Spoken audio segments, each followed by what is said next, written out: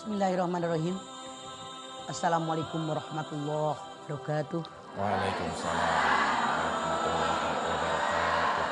Alhamdulillah wa syukurillah wassalatu wassalamu ala asrofil anbiya wal mursalin wa ala alihi wa sahbihi ajma'in, amma ba'du. Jadi orang jangan hanya ngomong doang, omdo. Jangan Anda bilang ordo, karena ordo adalah orkes dorong. Iya. Tapi omdo ngomong doang. Rasulullah bersabda, "Man kana yu'minu billahi wal yawmil akhir falyaqul khairan aw liyasmut." Siapa yang beriman kepada Allah, yang beriman kepada hari akhir, silahkan berkata yang baik atau diam. Apa maksud hadis ini? Betapa tinggi nilai kata-kata kita sampai diukur oleh beliau dengan iman. Kalau kita bisa berbicara baik, bicara. Tapi pikirkan, kalau nggak ada manfaatnya, bahkan akan menyakiti orang, lebih baik kita diam. Daripada kita ngomong orang tidak suka dan sebagainya. Masya Allah. Sebetulnya dalam Islam boleh nggak manusia ngomong? Boleh nggak banyak ngomong? Yang pertama, dalam Islam ngomong diperintahkan. Contoh kayak berdakwah. Saya Abdel Agus kan berdakwah. Pakai mulut nggak? Oke. Ngomong nggak? Ngomong. Ngomong. Kalau yang namanya dakwah kita berbicara, mengajak orang berbuat baik, mencegah orang lain berbuat munkar, mengajarkan ilmu agama, bagaimana isi Al-Quran, bagaimana hadis Rasulullah, yuk kita kerjakan perintah Allah. Jauhi ya yang dilarang oleh Allah. Hati-hati, ini haram. Kalau kita melakukan ini, Allah dan Rasulnya ridho, maka kita masuk surganya Allah. Kalau kita melakukan ini, Allah tidak ridho karena ini larangan Allah, maka kita masuk nerakanya Allah. Itu kalau orang berdakwah, betul? Dakwah itu dengan mulut.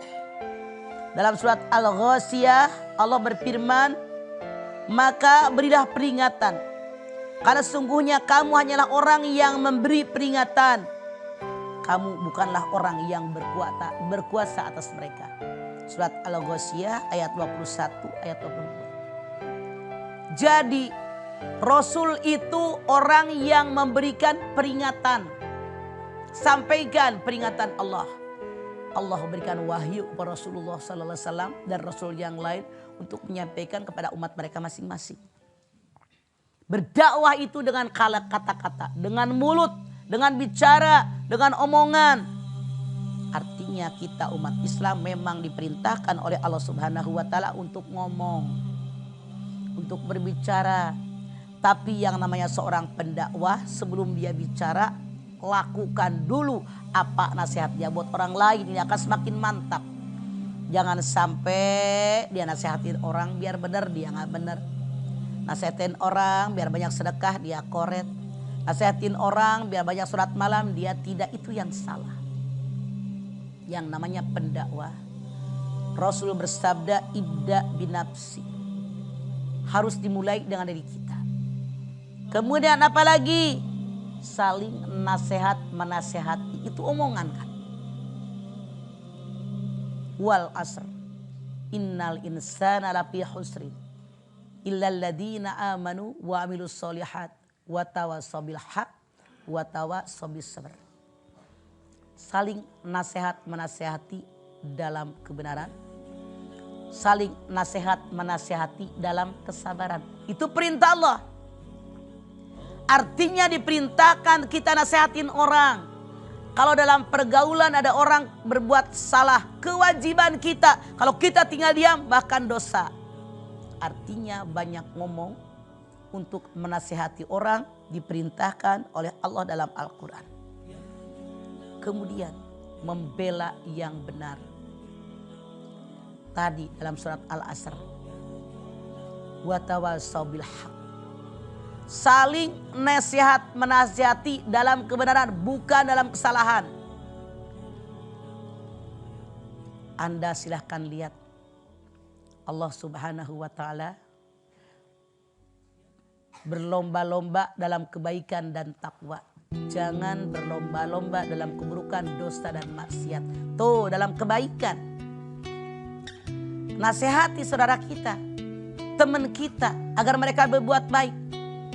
Bukankah Allah berfirman di dalam surat Ali Imran 104, wal takum minkum ummatu yad'una ilal khair wa ya'muruna bil ma'ruf wa yanhauna 'anil munkar. Allah berfirman, adalah di antara kalian ada yang muncul selalu mengajak orang lain berbuat baik, mencegah orang lain berbuat munkar.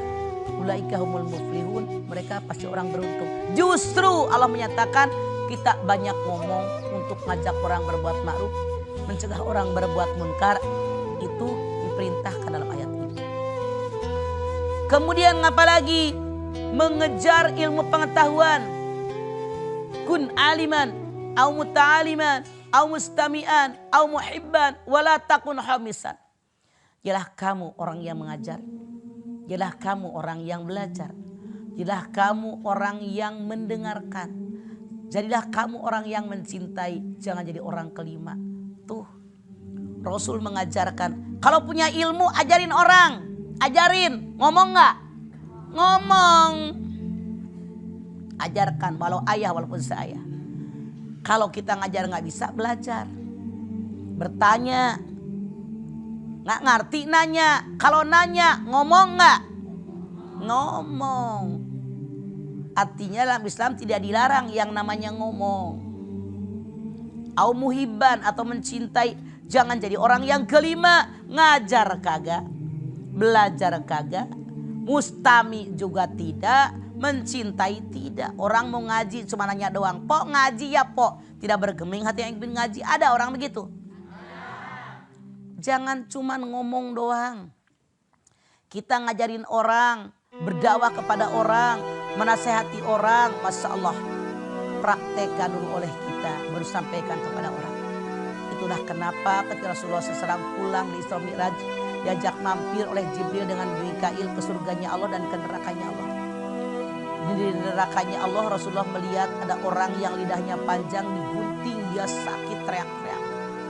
Teriak-teriak, panjang lagi, digunting lagi, habis lagi, dia panjang lagi lidahnya, teriak-teriak, dia kesakitan tapi dia gunting terus. Rasulullah sedang bertanya, wahai Jibril, siapakah mereka? Jibril mengatakan, orang yang tukang ngadu domba, orang yang suka ngomongin orang, dan orang yang suka berdakwah tapi dia tidak mempraktekannya. Na'udzubillah min dzalik. Ada enggak yang suka ngomongin orang? Ada suka yang ngadu domba orang? Ada enggak nasehatin orang tapi dia enggak pakai? Bagaimana kita akan selamat dari nerakanya Allah kalau itu yang kita kerjakan? Makanya jangan hanya omdo, tapi realisasikan dalam hidup sehari-hari.